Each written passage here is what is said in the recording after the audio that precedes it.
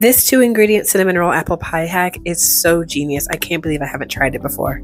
I love anything that tastes like fall, so I love these. They're perfect if you have unexpected guests come over, or sometimes you just need a little treat. When I said it was 2 ingredients, it really is. It's just apple pie filling. You can buy it canned, or you can make your own if you want. I have a recipe on my website.